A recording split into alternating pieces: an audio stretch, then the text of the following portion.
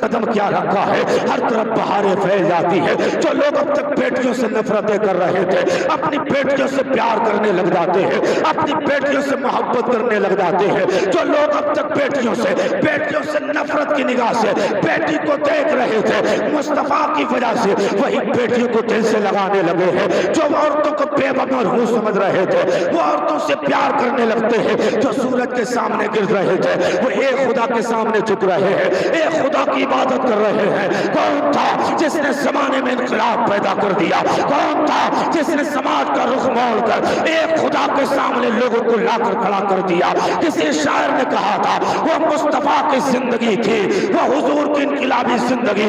حضور نے اپنی 63 سال کی انقلابی زندگی میں وہ کام کیا ہے کہ لوگوں کی چال بدل گئی، انسان لوگوں کو حضور نے بنایا۔ کسی شاعر نے کہا ایک عرب نے آدمی کا بول بالا کر دیا، خاک کے ذروں کو ہمدوش سریا کر دیا، خود نہ تھے جو راہ پر اوروں کے ہادی بن گئے۔ کیا نظر تھی جس نے مردوں کو سب سے افضل اگر کوئی ذات ہے تو عبداللہ کے لخت جگر کی ذات ہے۔ کائنات میں حضور کے جیسا کوئی نہیں۔ اللہ اکبر۔ حضور کی شان ذرا قرآن سے ملاحظہ کرو۔ حضور کی شان کیا ہے؟ قرآن جس کی زلفیں بیان کرے، حضور کی شان یہ ہے۔ قرآن جس کا چہرہ بیان کرے، حضور کی شان یہ ہے۔ قرآن جس کا ذکر بیان کرے، حضور کی شان یہ ہے۔ قرآن جس کا سینہ بیان کرے۔ اللہ اکبر۔ میں نے قرآن سے پوچھا بتا قرآن حضور کا چہرہ کیسا ہے؟ قرآن بولے والضحیٰ، حضور کی زلفیں کیسی ہے؟ قرآن کہے واللیل اذا سجا، حضور کا سینہ کیسا ہے؟ قرآن کہتا الم نشرح لک صدرک، قرآن کا ذکر کیسا ہے؟ تو قرآن کو حضور کا ذکر کیسا ہے؟ تو قرآن بولتا ہے ورفعنا لک ذکرک، حضور کی بولی اور کلام کیسا ہے؟ قرآن کہتا ہے وما ينطق عن الهوى ان هو الا وحی یوحى، قرآن کہتا میں نے قرآن سے پوچھا حضور جب دنیا میں آئے تو انداز کیا ہے؟ حضور کس کس کے لیے رحمت بن کر آئے ہیں؟ تو قرآن بیان فرماتا ہے وما ارسلناک الا رحمۃ للعالمین، ہم نے محبوب کو سارے عالم کے لیے رحمت بنا کر بھیجا ہے۔ قرآن حضور کی آمد کا ذکر کرتا ہے قد جاءکم من اللہ نور و کتاب مبین، تحقیق کہ تمہارے پاس ایک نور آیا اور ایک کتاب آ گئی ہے۔ قرآن سے میں نے پوچھا بتا حضور کا میلاد کیا ہے؟ تو حضور کا میلاد بیان کرے قد جاءکم من اللہ نور، حضور کا معراج پہ جانا کیسا ہے؟ قرآن کہتا ہے سبحان الذی اسری بعبدہ لیلا من المسجد الحرام، تو کہنے کا مطلب یہ ہے بڑے ذوق کے ساتھ میرے ساتھ زبان سے زبان ملاؤ اور کہو حضور کا چہرہ لاجواب، حضور کا چہرہ لاجواب، حضور کی زلفیں لاجواب، حضور کا دندان لاجواب، حضور کا خاندان لاجواب۔ تم میرے ساتھ کہو حضور زمین پہ آئے تو میلاد پھیرے، حضور زمین سے آسمانوں پر جائے تو معراج بتاتی ہے۔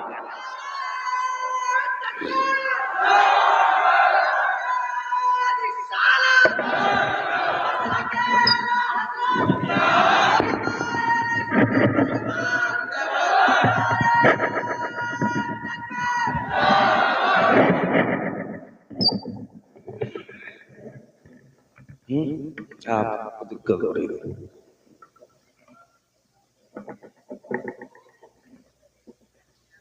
تو میرے امام کی زبان میں کہو سب سے اولا والا ہمارا نبی، سب سے بالا و بالا ہمارا نبی۔ کیا خبر کتنے تارے کھلے چھپ گئے پر نہ ڈوبے نہ ڈوبا ہمارا نبی، سب چمک والے اجلوں میں چمکا کیے اندھے شیشوں میں چمکا ہمارا نبی۔ کیا خبر کتنے تارے کھلے چھپ گئے پر نہ ڈوبے نہ ڈوبا ہمارا نبی، خلق سے اولیاء، اولیاء سے رسول اور رسولوں سے اعلیٰ ہمارا نبی۔ یہ بات وہ ہے جو اپنوں نے کہی ہے کہ حضور سب سے اعلیٰ ہے۔ دنیا کے اندر ایک ملک ہے امریکہ، اور اسی ملک امریکہ کے اندر ایک سائنسداں ہے جس کو مائیکل ہارٹ کہتے ہیں، تحقیق داں ہے مائیکل ہارٹ۔ وہ مائیکل ہارٹ اس نے کہا تھا کہ میں ایک لسٹ تیار کروں گا اور دنیا کے اندر بڑی بڑی شخصیات کو پڑھنے کے بعد پھر نمبر بائی نمبر دوں گا کہ کائنات میں سب سے افضل کون ہے، سب سے اعلیٰ کون ہے۔ تو قسم خدا کی وہ مائیکل ہارٹ لکھتا ہے کتاب، جو کتاب اس نے لکھی تھی اس کتاب کا نام تھا The 100 People، 100 لوگوں کے نام سے جب اس نے کتاب لکھی، مذہب کے حساب سے وہ عیسائی مذہب کا تھا، لوگ سمجھ رہے تھے عیسیٰ علیہ السلام کو پہلے نمبر پہ رکھے گا، بڑی تحقیق کرتا ہے، کبھی اس شہر جاتا کبھی اس شہر جاتا ہے، کتابیں کھول کے دیکھتا ہے، کبھی حضرت آدم کا بچپنا پڑھتا ہے، کبھی جوانی پڑھتا ہے، کبھی آپ کا بڑھاپا پڑھتا ہے، حضرت نوح علیہ السلام کی زندگی پڑھتا، حضرت ادریس علیہ السلام کا زمانہ پڑھتا، حضرت نوح علیہ السلام کا پیریڈ پڑھتا، حضرت موسیٰ کلیم اللہ کو پڑھتا، حضرت عیسیٰ پیغمبر کو پڑھتا، حضرت نوح علیہ السلام کو پڑھتا، حضرت ابراہیم علیہ السلام کو پڑھتا، حضرت داؤد علیہ السلام کو پڑھتا، حضرت زکریا علیہ السلام کو پڑھتا، حضرت عیسیٰ کی پوری زندگی 33 سالہ کی پڑھنے کے بعد پیغمبر کی جب زندگی پڑھتا ہے، کبھی بچپنا دیکھتا ہے، کبھی 10 سال کی زندگی پڑھتا ہے، کبھی 20 سال کی زندگی پڑھتا ہے، کبھی آپ کی 63 سالہ زندگی پر نظر کرتا ہے، تو اس مائیکل ہارٹ نے زمانہ یہ سمجھتا تھا یہ نام پہلے نمبر پر آئے گا تو عیسیٰ پیغمبر کا آئے گا، اس لیے یہ مذہب کے حساب سے عیسائی تھا تو زمانہ سمجھے گا کہ پہلے نمبر پر رکھے گا تو عیسیٰ پیغمبر کو رکھے گا، لیکن قسم خدا کی وہ انصاف کی نگاہ میں فیصلہ کرنا چاہتا تھا، اس نے قلم اٹھایا، جب لکھا نا تو سب سے پہلے نام لکھا تو آمینہ کے لال کا نام لکھا، اس نے کہا تھا کائنات میں عبداللہ کے لال سے بہتر نہ کوئی ذات آئی ہے نہ قیامت تک آ سکتی، اس کی طرح کوئی نہ آیا نہ کوئی آ سکتا ہے، یہ غیر کہہ رہے ہیں، ہم کہیں تو کیا؟ حضور کی آمد سے لے کر حضور کے جانے تک، حضور کی 63 سالہ زندگی قسم خدا کی لمحہ لمحہ حضور کا اگر اٹھا کر دیکھ لو تو لمحہ لمحہ آپ کا بڑا قیمتی ہے۔ میرے حضور نے 63 سال کی زندگی میں وہ کام کیا جو 9 سال میں نہیں ہو سکا، 63 سال کی ظاہری زندگی میں حضور نے اسلام کو کونے کونے تک پہنچا دیا۔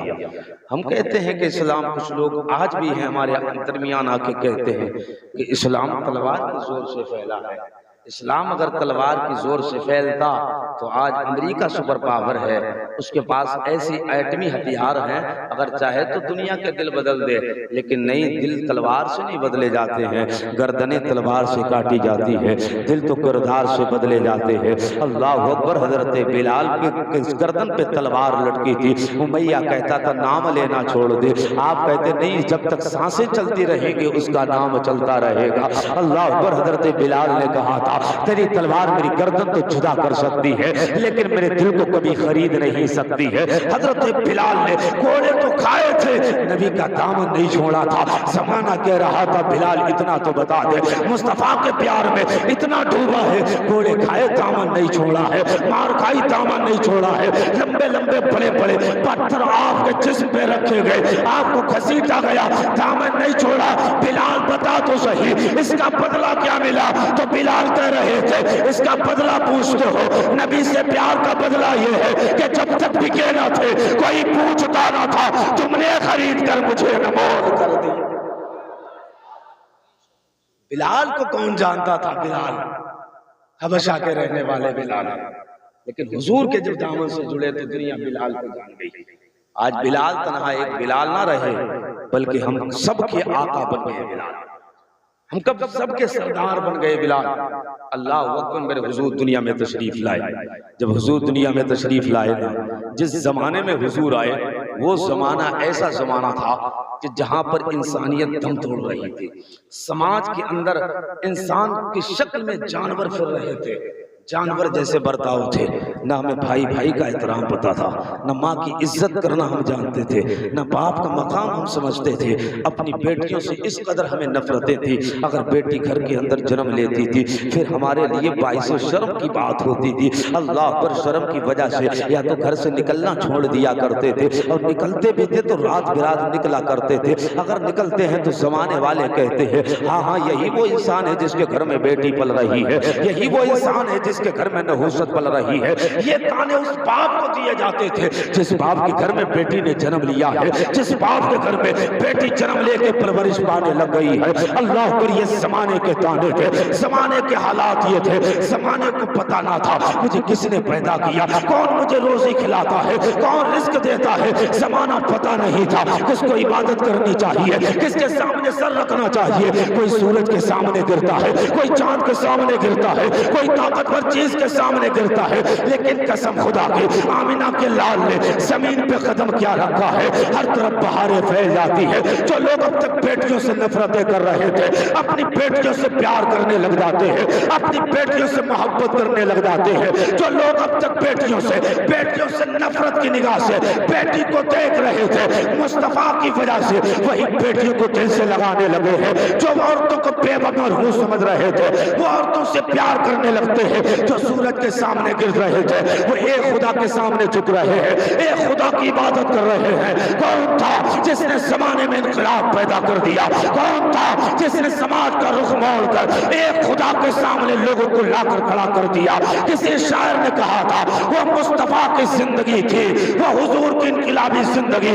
حضور نے اپنی 63 سال کی انقلابی زندگی میں وہ کام کیا ہے کہ لوگوں کی چال بدل گئی، انسان لوگوں کو حضور نے بنایا۔ کسی شاعر نے کہا ایک ارب نے آدمی کا بول بالا کر دیا، خاک کے ذروں کو ہم دوشے سریا کر دیا، خود نہ تھے جو راہ پر اوروں کے ہادی بن گئے، کیا نظر تھی جس نے مردوں کو مسیحا کر دیا۔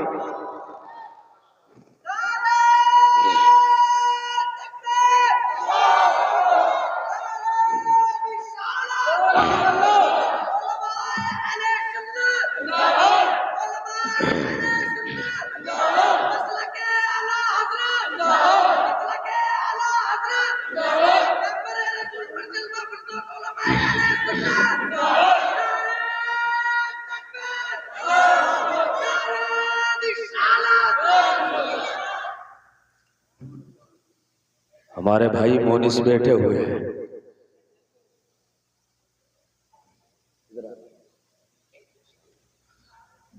حضور کی آمد سے قبل ہم اس قدر گرے ہوئے تھے کہ نہ بیٹی کو محبت کی نگاہ سے ہم نے دیکھا، نہ بیٹی کو ہم نے کبھی پیار کیا۔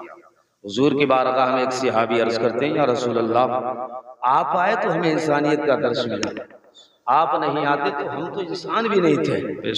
جس کے سامنے چاہا اپنے اپنا سر جھکا کر اس کی عبادت کرنے لگے، کوئی پیڑ کے سامنے گرتا، کوئی سورج کے سامنے گرتا، کوئی چاند کے سامنے گرتا۔ حضور آئے تو ایک خدا کا پتہ دیا، ایک خدا کے سامنے وہ گردنیں جھکنے لگی جو کبھی چاند سورج کے سامنے آپ کے سامنے جھکا کرتی تھی۔ اللہ اکبر، مصطفیٰ کی آمد کا صدقہ ہے کہ ہمیں انسانیت کا درس ملا ہے۔ حضور کی بارگاہ میں ایک صحابی بیٹھے ہیں، بیٹھتے عرض کرتے ہیں یا رسول اللہ آپ آئے تو ہمیں انسانیت کا پتہ مل گیا، آپ آئے تو ہم بیٹیوں سے پیار کرنے لگ گئے، آپ آئے تو عورتوں سے پیار کرنے لگ گئے۔ یا رسول اللہ آپ نہیں آئے تھے، ہم بھولے تھے اپنے آپ کو، کون میرا خدا ہے، کس نے ہمیں پیدا کیا ہے، بھول چکے تھے اپنے آپ کو، ہم ہے کیا، ہمارا پیدا کرنے والا کون ہے۔ یا رسول اللہ آپ نہیں آئے تھے، ہمارے معاشرے کا حالات یہ تھا اپنی خود کی بیٹیوں کو اٹھاتا، اٹھانے کے بعد زمین کے نیچے گاڑ کے چلا آتا تھا، پھر اس باپ کو فخر کے ساتھ زندگی گزارنا پڑتا تھا۔ یا رسول اللہ آپ نہیں آئے تھے، اگر بیٹی گھر میں جنم لے لیتی تھی تو زمانے والے تانے دے کر مار دیا کرتے تھے اور کہا کرتے تھے دیکھو یہی وہی انسان ہے جس کے گھر میں اب بھی بیٹی پل رہی ہے، اب بھی بیٹی پل رہی ہے۔ اللہ اکبر کہتے ہیں یا رسول اللہ وہی زمانہ تھا، جاہلیت کا زمانہ تھا، میرے گھر میں ایک بیٹی پیدا ہوئی، بڑی حسین و مہجبی بیٹی تھی، بڑی خوبصورت سی بیٹی تھی، بیٹی میری ایک بات پہ لبیک کہا کرتی تھی۔ یا رسول اللہ ایک دن میں نے اپنی بیٹی کو کہا تھا وہ بیٹی ادھر آ، میری بیٹی میرے پیچھے پیچھے آنے لگی، کہتی ابا کیا کام ہے۔ اللہ اکبر، باپ کہتے یا رسول اللہ جب میں نے اپنی بیٹی کو بلایا نا، بیٹی میرے پیچھے پیچھے آ گئی، پھر میں اس جنگل کی طرف چلا تھا جس جنگل میں ایک بڑا سا کنواں تھا۔ اللہ اکبر کہتے ہیں اپنی بیٹی کو جب وہاں لے کر گیا، اپنی بیٹی کے میں نے ہاتھ رسی سے باندھ دیے۔ یا رسول اللہ ہاتھ باندھے نا بچی کے، اور بچی کا ہاتھ باندھ کر جب کنویں کے اندر بچی کو ڈالنے لگ گیا تو بچی نے کہا تھا مجھ سے یا رسول اللہ ابا مجھے مارنا کیوں چاہتے ہیں، بابا مجھے مارنا کیوں چاہتے ہیں، اتنا تو بتا دے میرا جرم کیا ہے، اتنا تو بتا دے میری خطا کیا ہے، اتنا بتا دے میرا گناہ کیا ہے، کون سا میں نے جرم کیا ہے۔ یا رسول اللہ میری بیٹی جب یہ کہتی تھی کوئی لفظ نہیں تھا میرے پاس بیٹی کو سمجھانے کے لیے، کوئی الفاظ نہیں تھے کہ بیٹی کو تسلی دیتا، بس معاشرہ کا تانا سامنے کھڑا تھا۔ اگر بیٹی کو آج بچا کے لے گیا تو معاشرہ چھینے نہیں دے گا، زمانہ چھینے نہیں دے گا۔ یا رسول اللہ میں نے اپنی بیٹی کو کنویں کے اندر ڈال دیا، بیٹیاں بھی دعائیں کر رہی تھی مالک و مولا کب تک بیٹیوں کو زمین کے نیچے دبایا جائے گا، یا میرے مالک کب تک بیٹیوں کو جینے کا حق نہیں ہوگا۔ قسم خدا کی ہر ایک کی التجائیں ہوتی ہے، بیٹیاں الگ دعائیں کرتی ہے، مزدور الگ دعائیں کرتا ہے، بے مائیں الگ دعائیں کرتی ہے، ساری دعاؤں کے جواب اجابت سے ٹکراتی ہے۔ 12 ربیع الاول کی تاریخ ہے، صبح صادق کے وقت میں آمینہ کے گھر سے ایک آواز اٹھی ہے، آواز نکلتی ہے، او زمانے والی بیٹیوں پریشان نہ ہو، اب تمہیں دبایا نہیں جائے گا، اس لیے بیٹیوں کو بچانے والا محمد تشریف لایا۔ نعرہ تکبیر، نعرہ رسالت، مسلک اعلیٰ حضرت علماء اہل سنت حضرت علامہ مولانا مفتی معید مصباحی صاحب قبلہ، نعرہ تکبیر، نعرہ رسالت۔ ماشاءاللہ ماشاءاللہ، بہت خوب اللہ ہمارے معاشرے کا سبحان حضور آئے تو ہمیں جینے کا سلیقہ ملا، حضور نہیں آتے آج بھی یہ بیٹیاں، اب یہ اگر بیٹیاں پینٹ اور شرٹ پہن کر بازار میں نکلیں اور اسلام پر انگشت نمائی کریں، انگلی اٹھائیں، تو بتاؤ ان بیٹیوں کو حیا نہیں آتی؟ ان کو زندگی مصطفیٰ نے دی ہے، نبی نے ان کو زندگی دی ہے، انہیں پڑھنا چاہیے کہ تمہارے حالات کیا تھے، تمہیں زمانے نے نگاہوں سے اس قدر گرایا تھا کہ تمہیں تو جینے کا حق بھی نہیں تھا، تم پیدا ہوتے ہی تمہیں دبا دیا جا رہا تھا۔ آج کہتی ہیں کچھ بیٹیاں، آج کہتی ہیں فیشنیبل کی دنیا میں جا کر کہ اسلام تو مجھے قید کرنا چاہتا ہے، بند کرنا چاہتا ہے اسلام۔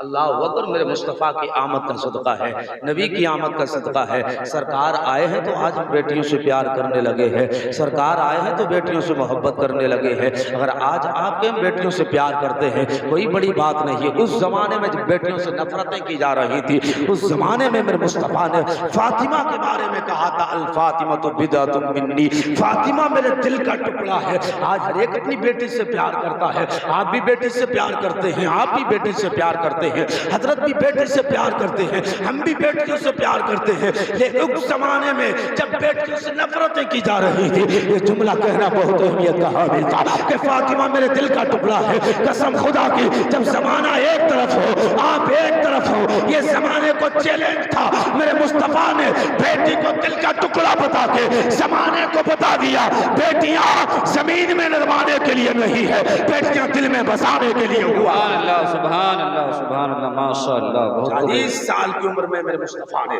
سیدہ خدیجہ کو اپنایا، 40 سال کی عمر میں سیدہ خدیجہ کو اپنا کر معاشرے کو بتا دیا کہ بیواؤں کو اپنایا جاتا ہے، بیواؤں کو چھوڑا نہیں جاتا ہے۔ 25 سال حضور کی عمر، 40 سال سیدہ خدیجہ کی عمر ہے۔ اللہ اکبر، میرے حضور علیہ السلام اس کائنات میں آئے نہیں۔ اللہ اکبر، حضرت عبد المطلب کا حال یہ ہے کہ آپ کے بیٹے کا جب انتقال ہو گیا تو آپ بڑے پریشان تھے، دعائیں مانگتے تھے، یا اللہ میرے عبداللہ کے نسل میں ایک ایسا بیٹا دے دے جس سے میرے بیٹے لخت جگر کی نسل باقی رہے۔ اللہ اکبر، آپ دعائیں مانگا کرتے تھے، حرم شریف متولی تھے خانہ کعبہ کے، اور مکے کے سردار بھی آپ تھے۔